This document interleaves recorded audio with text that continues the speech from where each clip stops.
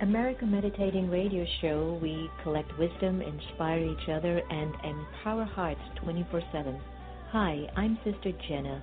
Join me and guest on Blog Talk Radio as we amplify stories that compel us to be more for ourselves and everyone else around us.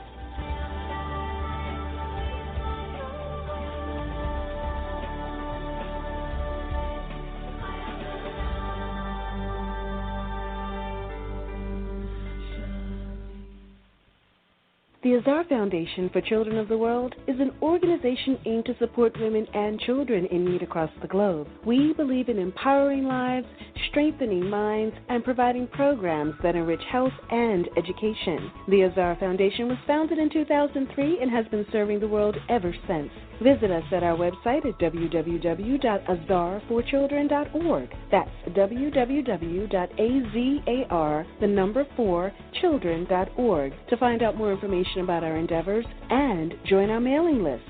Remember, the smile and the cry of a child doesn't have any language. The Azar Foundation. Do you like to meditate? Have you tried to meditate? Have you struggled with meditation? Why don't you visit one of the Brahma Kumaris Meditation Center? Visit brahmakumaris.org. Blaylock Dialysis Center is a convenient state-of-the-art dialysis center in the Houston area, run by Dr. Panakin Patel. Relax in a comfortable environment while receiving quality care. Serving adults 18 to geriatrics, we are here to help you. Call 713-463-6611 for more information, or visit us at our website at www.blaylockdialysiscenter.com. Blaylock Dialysis Center, where helping you get well is our priority. Hi, my name is Misty Crutchfield with Gandhi's Bee Magazine, an online magazine designed to raise awareness and inspire people about all of the amazing things happening in the world, as well as all the challenging things that can help us raise awareness so we can make a difference in the world and be the change. One of my inspirations is Sister Jenna and America Meditating Radio. I listen, you should too. Welcome, everyone, and thank you, Missy. I always appreciate your shout-outs. You are listening to America Meditating Radio, and I'm your host, Sister Jenna, and I love the times that we are in. I just love them. Talk about an incredible amount of opportunity for us to raise our level or our vibration of thinking and being, whereby it just seems like a very interesting mix. I had a great chit-chat with Carl Culliman. You've got to look him up. Carl has been researching a lot of mystical information on the Mayan calendar, but also how it relates to the current times. And Carl was saying that we are actually moving towards an age called the Golden Age, which is something I know in my Raj Yoga teachings. And in the Brahma Kumaris, we definitely talk a lot about that. But the fact that we are seeing a crumbling of old systems that sustains or is sustaining an old paradigm. You have found that when you give up an old car, you get a new one. When you give up an old relationship, you get a new one. When you give up an old pair of shoes, you get a new one. And so we're looking at the current state of consciousness in our world where we are giving up something old. We might be giving up limitation, inadequacy, insecurity, inferiority, the sense of feeling shame and feeling blamed for things that we're not doing with our lives. And all of that energy is the kind of energy that really makes us feel like we don't have it all. We don't have a full-fledged life. And if I were to even ask all of you listening in, what is your definition of fully lived life? I mean, to say that you have it all or that you've got it all, what does it mean to you? How do you show up for that? What are the criteria? How is everything in place for you if you were to find having it completely? Stay tuned. We're going to have the Art of Having It All transformational leader, Christy Whitman, who's going to be having a heart-to-heart conversation with us today and to just learn more about succeeding. You know, in my 20s, I thought I had to make my first $1 million, that I was going to be a success. And with my 3 luxurious cars in my garage, from the Mercedes to the Jaguar to the BMW, to a condo overlooking the Atlantic, to being not so bad looking in those days and owning 2 nightclubs at that time. You know, making my first $1 million by the time I was 23 was big. was big for me back in the days. I mean, that's decades ago, which is huge in those days. But I remembered how that just spirit of being driven to define success, which was a monetary thing, and it was about accumulating toys. And I guess when I had my calling, when that light came into my consciousness, it was like, look, I don't care how much money I have, nothing compares to this experience, nothing. So now what do I do with this? How do I manage this?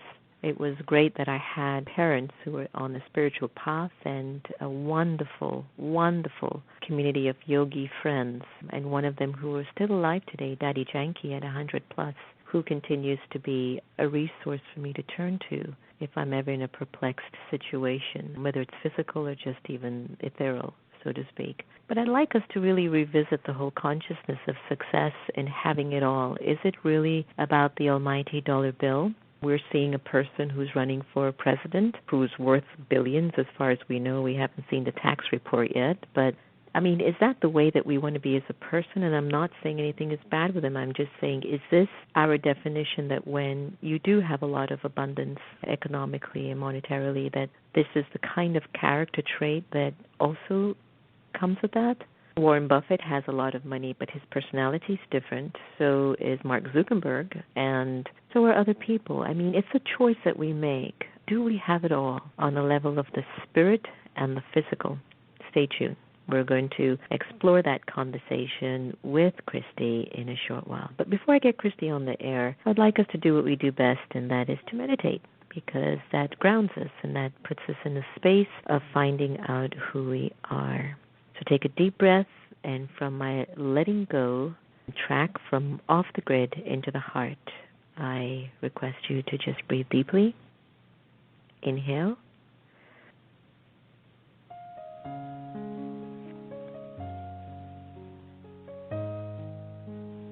Om Shanti.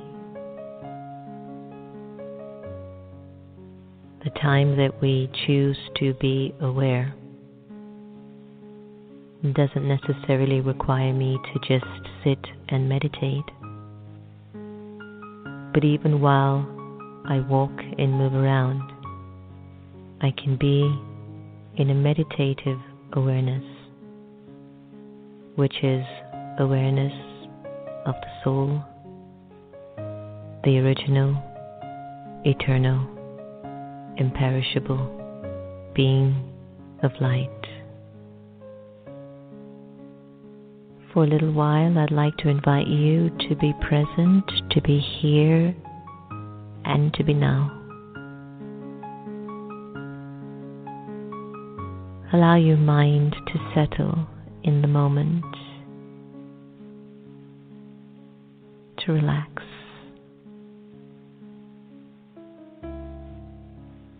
This meditation is about awareness. It's about becoming aware of your original and eternal self. It's about connecting to your truth.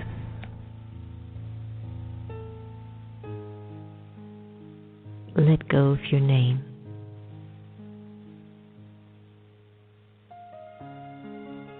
And observe yourself feeling nameless.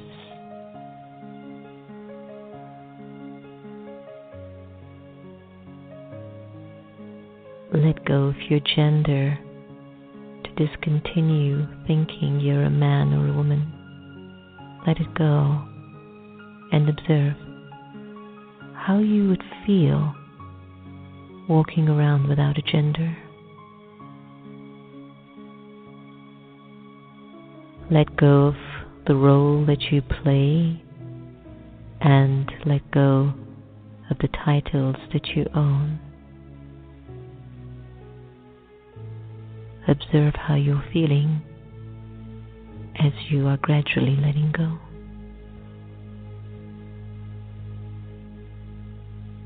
Let go of your religion and put it aside just for now.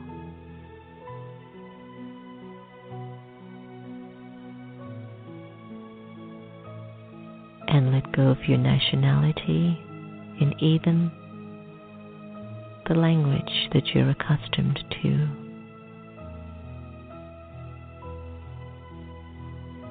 Imagine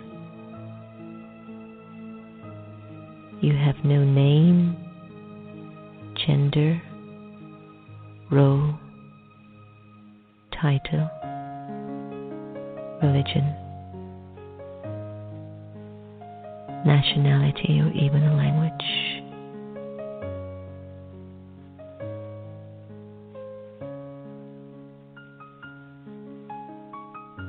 Ask yourself, how do you feel at this moment?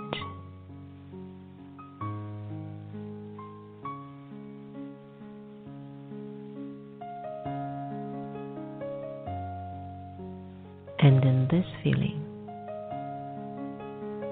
who would think of you, and who would you think of?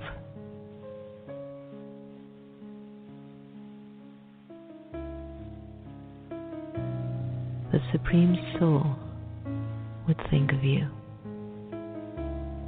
and you, the liberated soul, would think of the Supreme.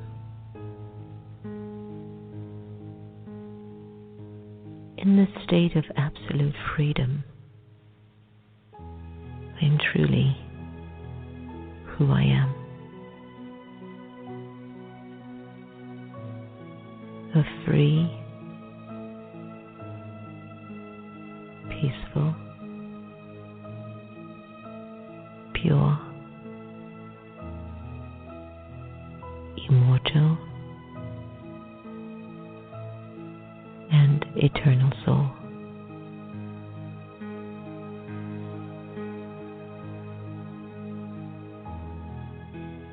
Allow yourself to just be absorbed in this awareness.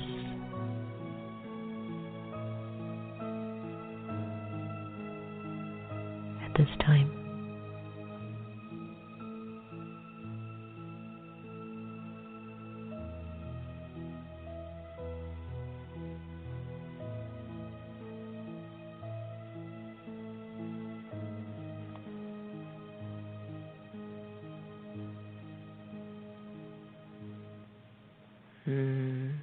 Welcome back.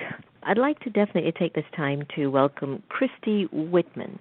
Now, Christy is a transformational leader and the New York Times best-selling author of The Art of Having It All, A Woman's Guide to Unlimited Abundance. She has appeared on the Today Show and the Morning Show, and her work has been featured in People's Magazine, 17, Women's Day, Hollywood Life, and Teen Vogue. Christy is the CEO and founder of the Quantum Success Coaching Academy, a 12-month Law of Attraction coaching certification program. Now, Christy has helped thousands of people worldwide to achieve their goals through her empowerment seminars, speeches, coaching sessions, and products as well. Her life-changing message reaches over 145,000 people a month, and her work has been promoted by and featured with esteemed authors and luminaries such as Marianne Williamson, our dear friend, Dr. Wayne Dyer, Marcy Shimoff, and many more. Today we're very happy to welcome Christy Whitman to the American Meditating Radio. Hi, Christy. Hi, Sister Jenna. That was a beautiful meditation. Thank you. It's one of my favorite, I have to tell you. It started, I think, last year when a lot of my friends kept saying, Sister Jenna, I just want to get off the grid. I'm done. This is enough. I can't take anymore. And I remember telling them, I don't care what you do, you're going to have to show up in life, so you need to amplify your heart. And that's how that track came about. Beautiful. Yeah, it's funny. I was sitting there in just that beautiful expanded space, and then you started introducing me, and I'm like, oh, there goes the roles. There goes the titles. I know. Put it all back on. Isn't that something what labels do to our expanded consciousness? And I swear, yes. I think our efforts in our whole lives is to be able to have those labels, but to not be attached to them. Absolutely. Absolutely. And to have it all for me is really about having that connection with that divine and having a beautiful idea or a desire be birthed within us that excites us and gives us even more expansion in life. And then to be able to know that we have the power within because we are a creator to create those things in our lives that we want in our own definition of having it all for us, because it's different from woman to woman. That's so beautiful. You know, I've been on my spiritual journey for almost 30 years, and I remembered back in the days when we used to talk about God and the divine or the universal source, and people would be like, stoning you. And it's just like, we are not interested in that garbage, unless you are like a Ram Dass and smoking, funny-looking cigarettes and having some really nice pills popped in you and seeing psychedelic lights. Like, nobody was going to listen to you, right? And it's been so nice to actually see, even in the media, like Oprah's very open about her sharings about God and the divine, and so many individuals now are just bringing the energy of the divine in the narrative and saying, I'm not ashamed to let you know I love God, and I'm also very proud to say these are the things that have emerged perhaps from my love from God. And so I really appreciate you mentioning that in our opening conversation. So tell us a little bit about Christy Whitman. You are known by the world as a very well-known transformational leader. So what inspired you to pursue this path? I mean, how did it all begin for you? Well, I'm glad you asked.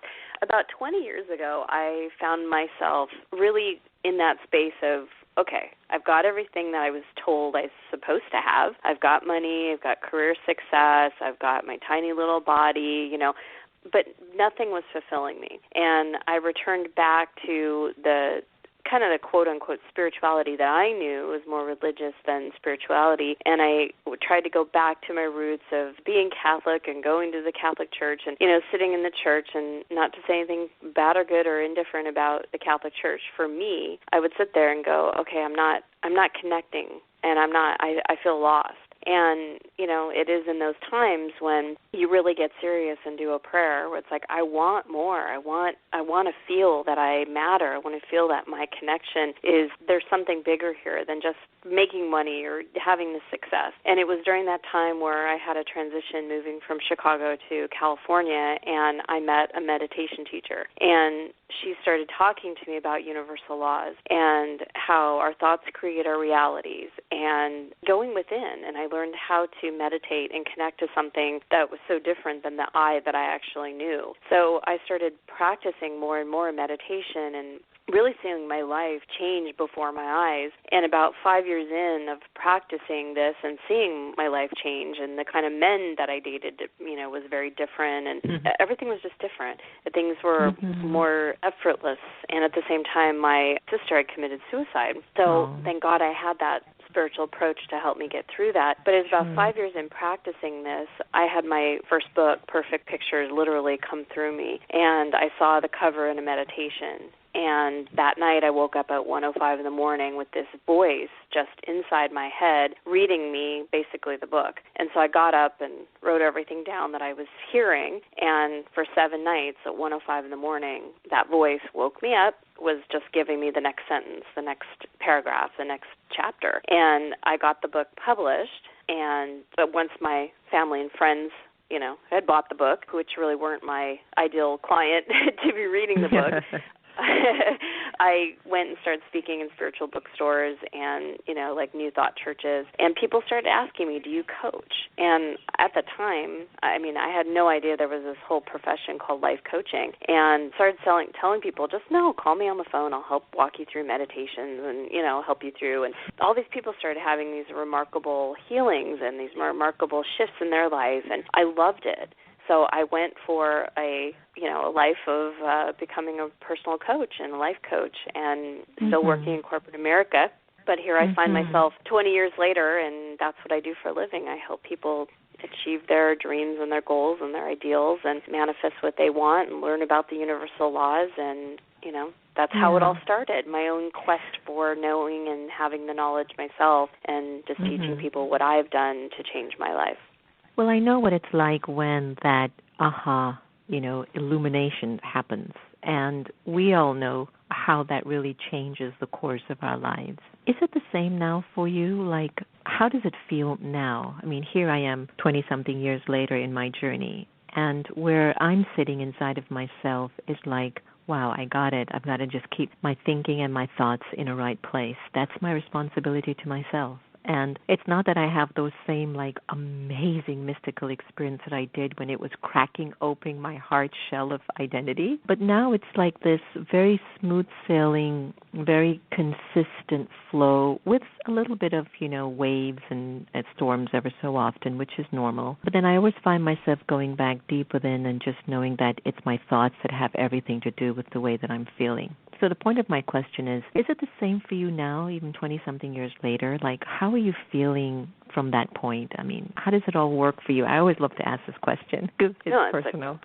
Great question, Sister Jenna, because, people think, well, now I'm a coach and I'm an author, so life's got to be just, perfect. And the thing is, for me, it's like I have to be mindful, like you're saying, and I need to practice really making sure that my thoughts are aligned with the source within me and with what I want and what my mind, there's a saying that your mind is a divine expression, and that my mind is in alignment with the things that I desire in my life and the feelings that I want to have. And so I have to be the only one that can choose those thoughts.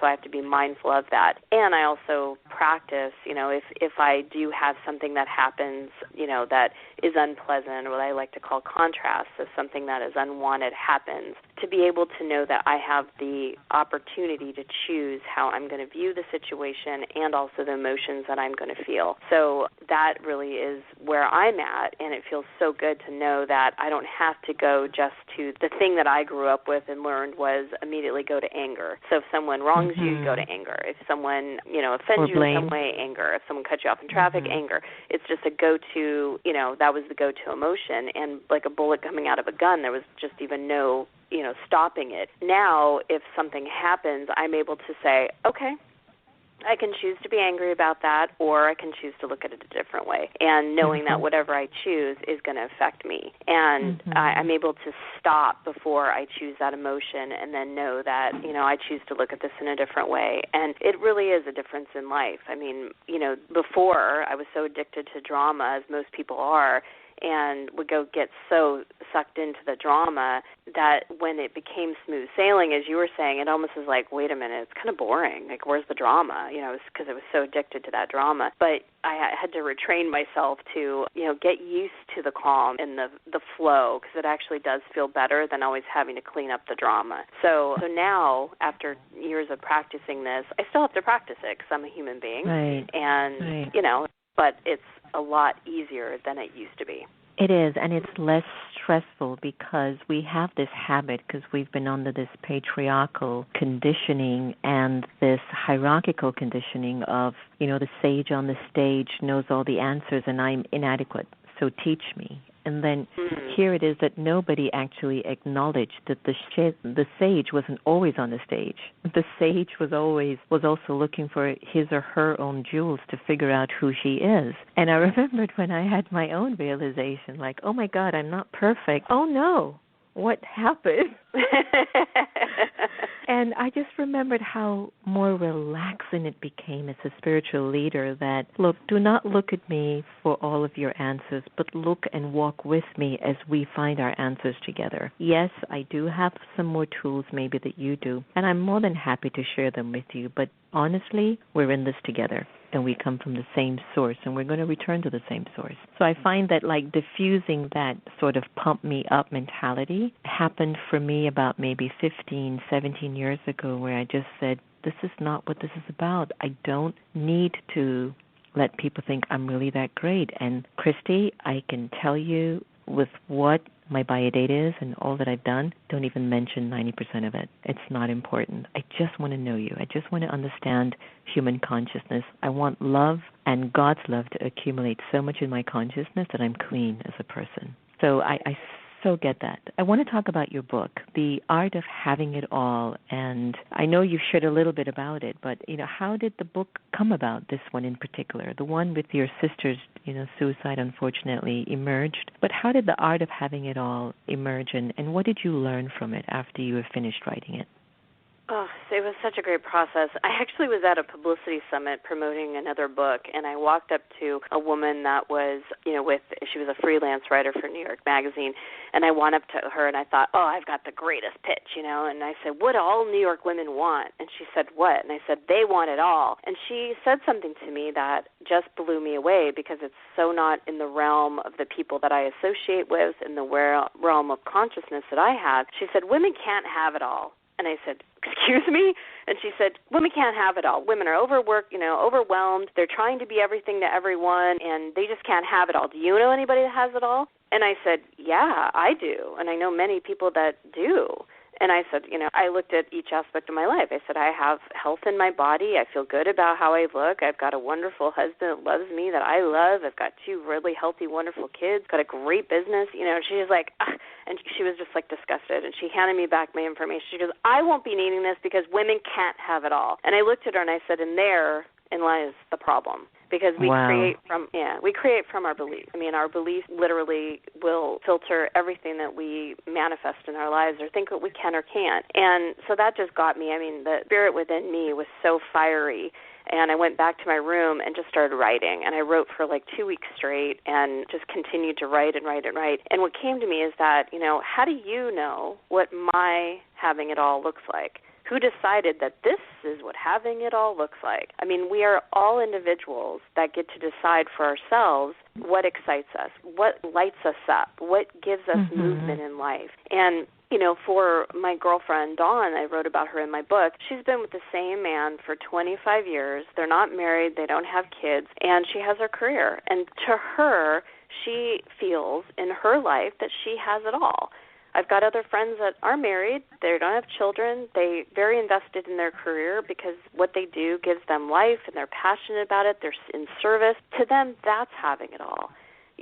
So it's not about the things. We can look at each of our different situations in our life, our main pockets, if you will, like our body and the health of our body, our finances as far as our time and money freedom, our relationships, our spirituality, our career space. I mean, all those things. We can decide what personally and individually what having it all looks like. Meaning, another way of saying it, what is what we desire? What do I truly want in all and every aspect of my life? Knowing that the one that breathes us wants that too, or if we wouldn't have that idea of even wanting that in our own life. We receive only from the only one that can give. It's the giver, and that's the ideas and the desires come from the giver for us individually, for our own unique expression of our individual person on this planet that gets to connect with and co-create with that God self. So who is anybody else to judge what's having it all for someone or for not for someone else?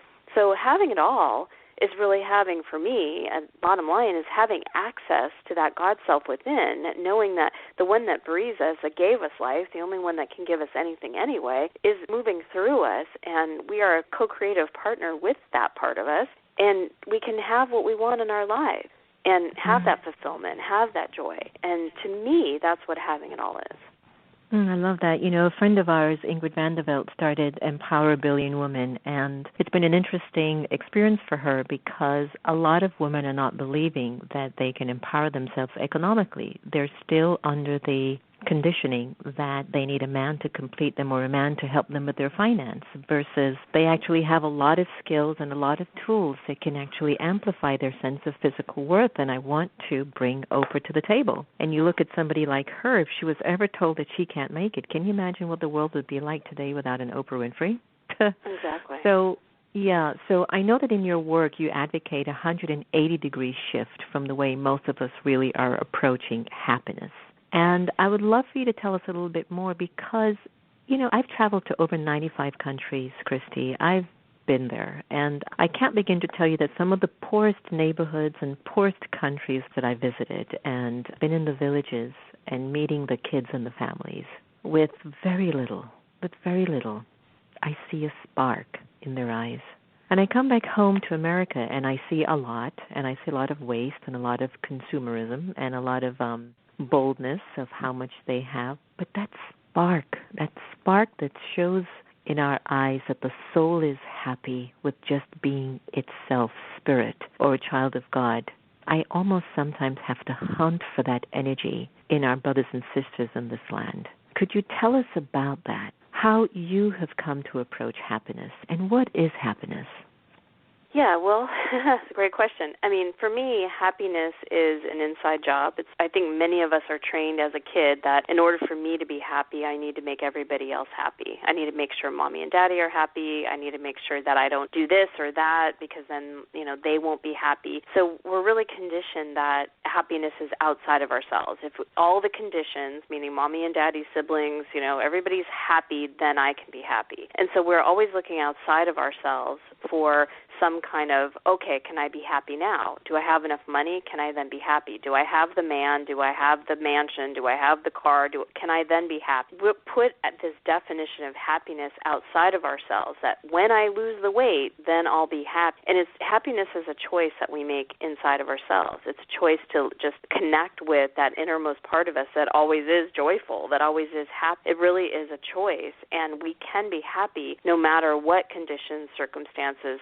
situations are happening. When we think that our conditions are the things that are going to make us happy, we're not in control. It's not inside of ourselves. So for me, happiness is an inside job, and it's a choice that we make from moment to moment. And, having it all is not about being perfect or spreading ourselves too thin or trying to live up to somebody else's expectations or trying to make other people happy. Having it all really is having access to all of ourselves, having access to that choice within us, to that I'm the one that chooses in this moment. Am I going to choose to be upset, or am I going to choose to be happy? And any moment, in every single moment, we are the ones that choose it. We have that control. We don't have control on the people, situations, circumstances, all things outside of ourselves. But what we do have control of is how we choose our thoughts and our emotions. And that includes every single aspect of our life that's important to us.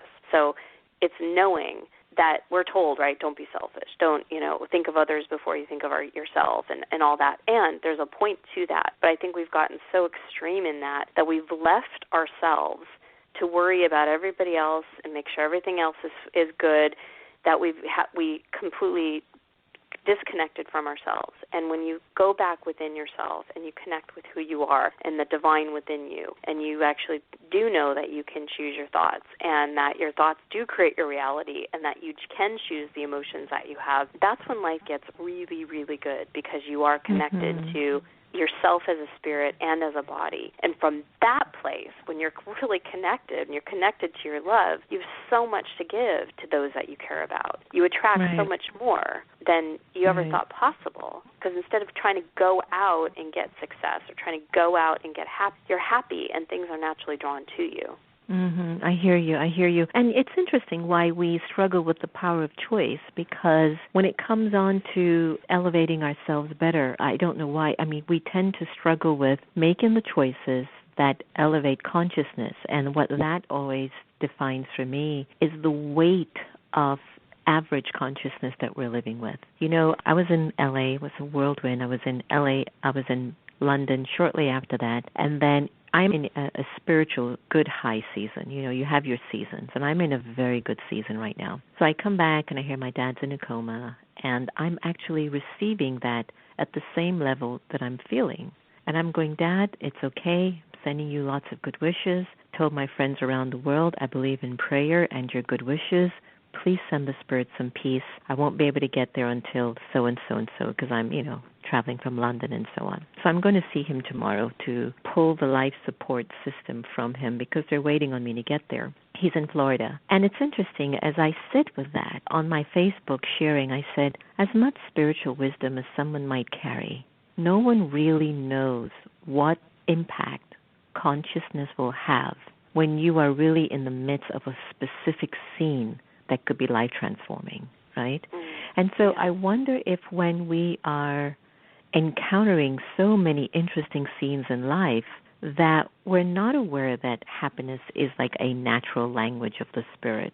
And we kind of forget that we might have a good season going on, and we let the turbulence or the roller coaster of energies outside of us dictate the way that we should feel. And so I come back to this sharing that you offered. It's a choice. And so I can choose to receive the transition of my father of pain and sorrow and loss, or I can choose, because we have heard historically no one has conquered life.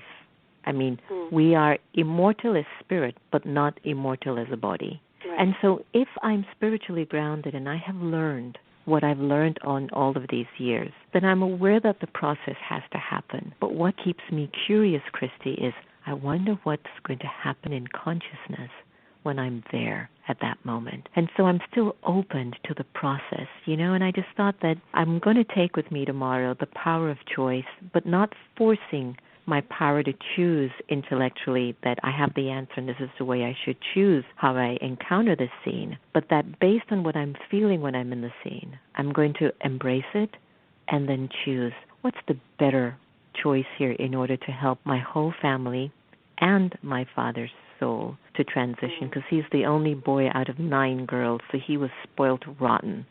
So I'm more thinking about all the sisters that I have to deal with tomorrow and their stuff, and so I like that. Just always understand this, our friends who are listening on this conversation. We're having a beautiful chit-chat with Christy Whitman, who is the author of The Art of Having It All, that we really do have the power to choose, and we can choose to stay in a happy place or at least in a pretty comfortable place, or we can choose to let the roller coaster of life take us for a spin. Christy, I want to tell you that I've loved our chit-chat. It's just always such a beautiful time with me on the air with friends that I'm going to keep as friends for a very long time. And before I end the conversation with you, could you leave our listeners with what's your best vision that you hold for yourself that you feel would make the world a better place, and where can our listeners find more information about you and your work?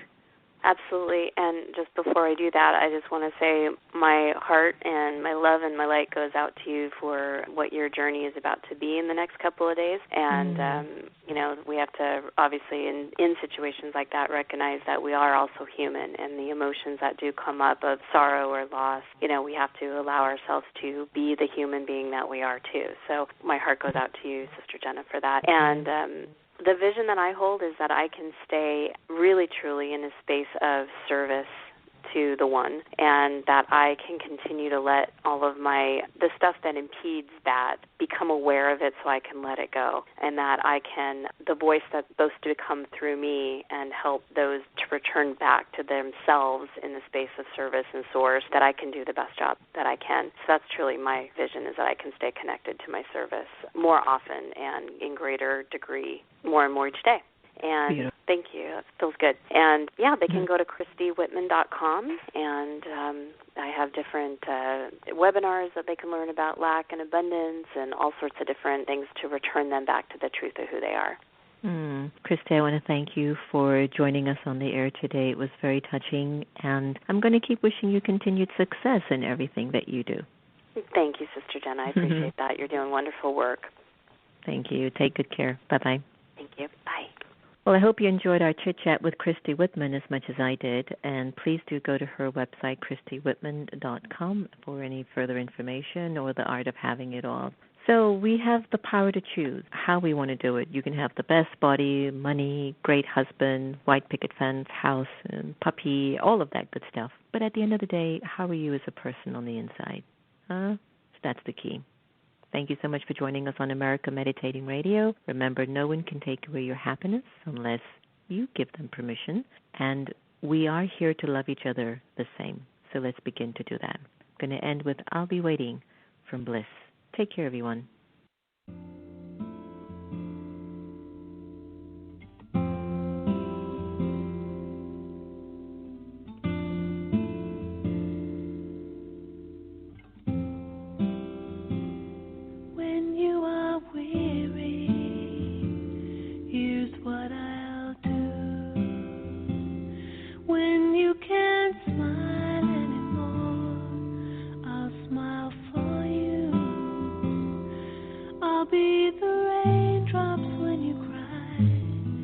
I'll be the sun when you can't shine, and when the world runs out of time, I'll be there too.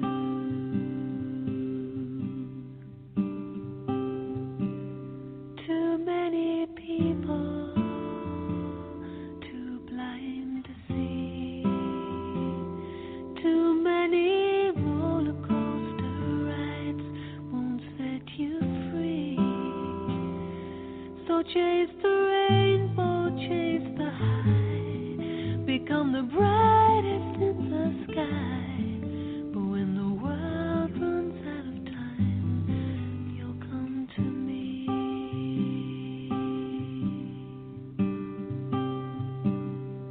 And I'll be waiting to catch you when you fall, to see you through it all. Don't turn your face away